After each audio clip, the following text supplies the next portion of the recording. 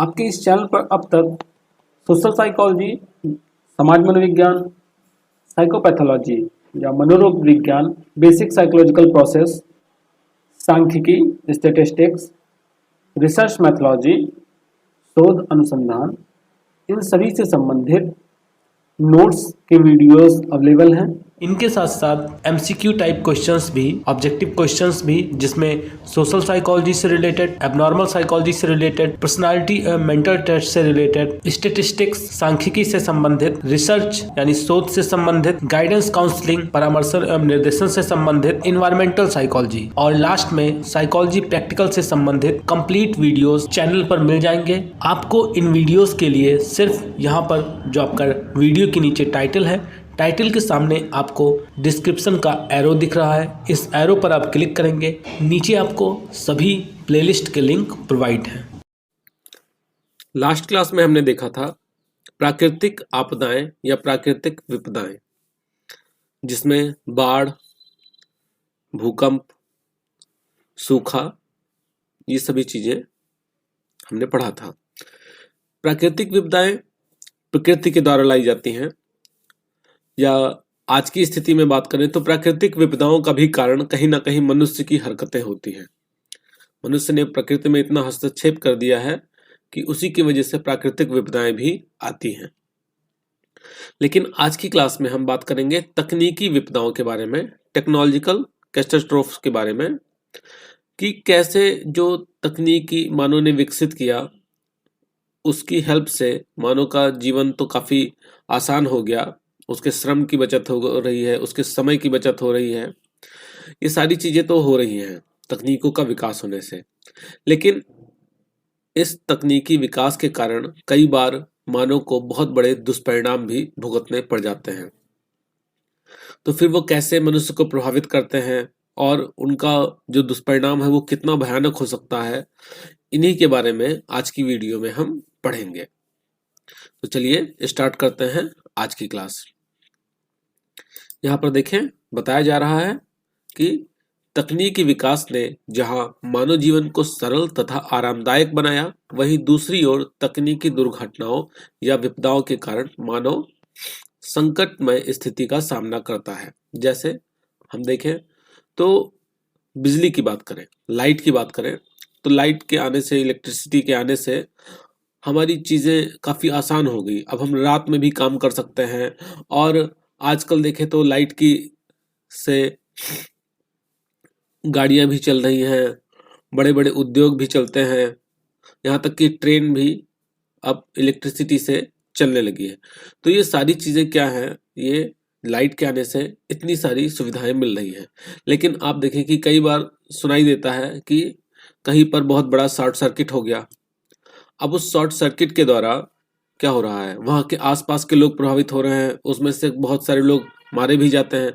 यहाँ हम बात करें गैस की, एलपीजी गैस हो या रिएक्टर, जो आपका न्यूक्लियर रिएक्टर होते हैं, उससे काफी ज्यादा एनर्जी मिलती है और उसका इस्तेमाल करके परमाणु बम भी बनाया जाता है।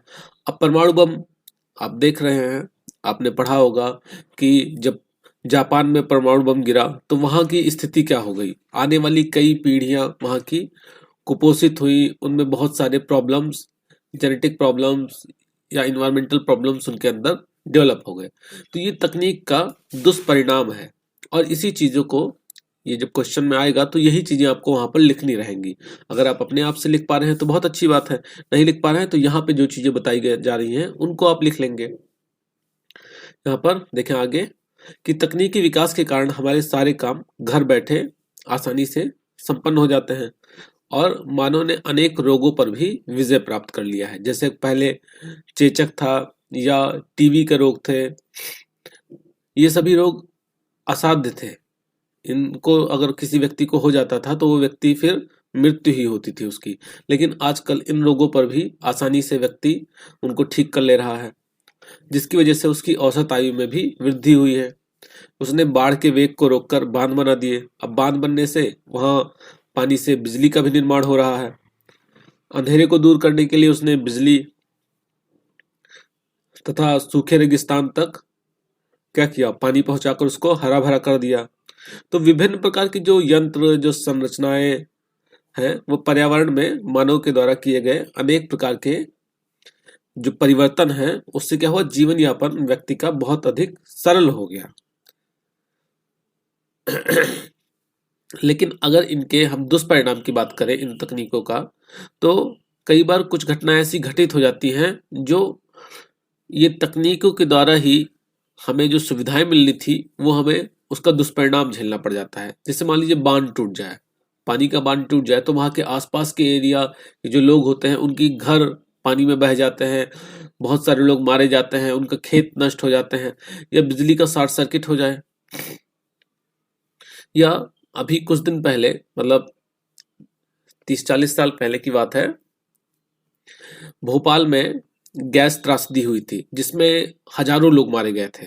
वहां पर गैस लीक हो गया था, नाभिकीय दुर्घटना। अभी आप यूक्रेन में देख रहे हैं, तो यूक्रेन में अभी तो रूस हमला कर रहा है, लेकिन यूक्रेन पहले भी एक नाभिकीय दुर्घटना झेल चुका है। चर्नोविक वहां का एक जगह है जहां पर नाभिकीय रिएक्टर में दुर्घटना हो गई थी, तो उसकी वजह से भी वहां पर बहुत सारे लोग को नुकसान पहुंचा था, बहुत सारे लोग मारे गए थे। तो ये ऐसे उदाहरण हैं जिनकी वजह से जो तकनीक है वो मानव के लिए लाभदायक होने के बजाय हानिकारक सिद्ध हुई है और मानव का जीवन अत्यंत प्रभावित हुआ है। इसके बाद हम देखते हैं कि जो तकनीकी विपदाएं हैं उनका मानव जीवन पर क्या प्रभाव पड़ता है। आपने काफी कुछ प्रभाव ऊपर ही देख लिया है, यहाँ से हम थोड़ा सा और देखते हैं इसको डिटेल में। तो इसमें बताया जा रहा है कि तकनीकी विपदाओं के कारण मानव का वर्तमान जीवन अस्त व्यस्त हो जाता है। जब भी कोई असंभावित घटना घटती है तो मानव क्या होता है, उस टाइम स्तब्धता की स्थिति में रहता है, मतलब वो हैरान रह जाता है कि ऐसा कैसे हो गया, और ये जो हो गया है उसका प्रभाव फिर उसके ऊपर कई महीनों तक या सालों तक बना रहता है। जैसे वर्तमान में अगर हम यूक्रेन की बात करें, तो यूक्रेन के जो निवासी हैं वो उस चीज के लिए तैयार नहीं थे, वहां के जो रहने वाले लोग हैं वो उस चीज के लिए तैयार नहीं थे। वो अपना आराम से जीवन यापन कर रहे थे कि अचानक उन पर असंभावित घटना घट गई। असंभावित, उन्होंने सोचा भी नहीं था कि हमारे ऊपर युद्ध हो के बादल मंडरा जाएंगे या हमारे ऊपर हमले होने लगेंगे। अब जब हमले होने लगे तो वहां के बहुत सारे लोग हैरान रह गए, और अब वहां से भाग रहे हैं, उनके अपने मर रहे हैं, और इस बीच में जो लोग बच रहे हैं उनके अंदर एक, देखा जाए तो मानसिक विकार की स्थिति उत्पन्न हो रही है कि वो एकदम कुछ काम नहीं कर पा रहे हैं, और ये चीज़ जो उनके अंदर उत्पन्न हो रही है उसका प्रभाव कई महीनों तक या हो सकता है कि कई वर्षों तक उनके ऊपर पड़ता रहे और वो अपना 100% देकर किसी कार्य को कर ही ना पाए। तो जब व्यक्ति क्रियाशील ही नहीं रहेगा, अपना कार्य करेगा ही नहीं, तो क्या होगा, उसकी उन्नति ही नहीं हो पाएगी, उन्नति में उसकी बाधा उत्पन्न हो जाएगी। इसी तरीके से देखा जाए तो उसमें उसके अंदर चिंता, प्रत्याहार, विषाद, जड़ता आदि चीजें देखने को मिलती हैं। मतलब जैसे चिंता की बात करें तो वो भविष्य को लेकर चिंतित हो सकता है कि जब अभी मेरी स्थिति यह है तो भविष्य में क्या होगा, भविष्य में मैं कैसे जीवन यापन करूंगा। प्रत्याहार यानी खुद को अलग कर लेना, वो वर्तमान से अपने आप को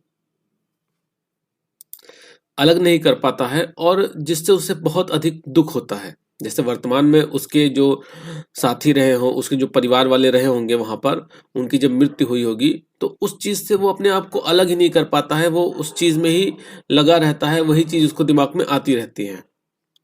और जब व्यक्ति का अपना सब कुछ नष्ट हो जाता है, जिसे उसने इतने टाइम से, आप सोचिए वहां पे जिन लोगों ने घर बनाए होंगे वो कितना मेहनत करके, कितना पैसा इकट्ठा करके, हर चीज सोच समझ के तब उन्होंने वहां पर घर बनाया होगा, और वो घर एक पल में तबाह हो गए, तो उनका दुखी होना तो स्वाभाविक है।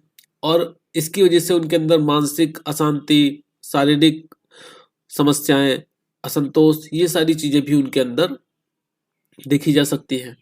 तो ये सभी चीजें उनको इतना हद तक प्रभावित कर देती हैं या कर देंगी कि वो आगे चलकर अपना काम सही ढंग से नहीं कर पाएंगे। ये तो सिर्फ यूक्रेन का एक एग्जाम्पल है, ऐसे बहुत सारी घटनाएं घटती हैं जो व्यक्ति को इसी प्रकार की अनुक्रिया करने के लिए बाध्य कर देती हैं। तो तकनीकों पर बहुत ज़्यादा हमें निर्भर नहीं होना चाहिए। ये तकनीकों का ही प्रभाव है कि आज सभी देशों के पास, मैक्सिमम देशों के पास परमाणु बम है, बहुत सारे हथियार हैं, ये तकनीक की वजह से ही हैं। क्योंकि अगर हम आज से पहले की बात करें तो तब इतने ज़्यादा हथियार नहीं थे और तब इतनी ज़्यादा आपदाएं या विपदाएं भी नहीं आती थी। तो अगर ये क्वेश्चन आता है तो आप इसमें ये सारी चीज़ें मेंशन कर सकते हैं, लिख सकते हैं और अच्छे नंबर पा सकते हैं। मिलते हैं नेक्स्ट क्लास में, तब तक के लिए धन्यवाद।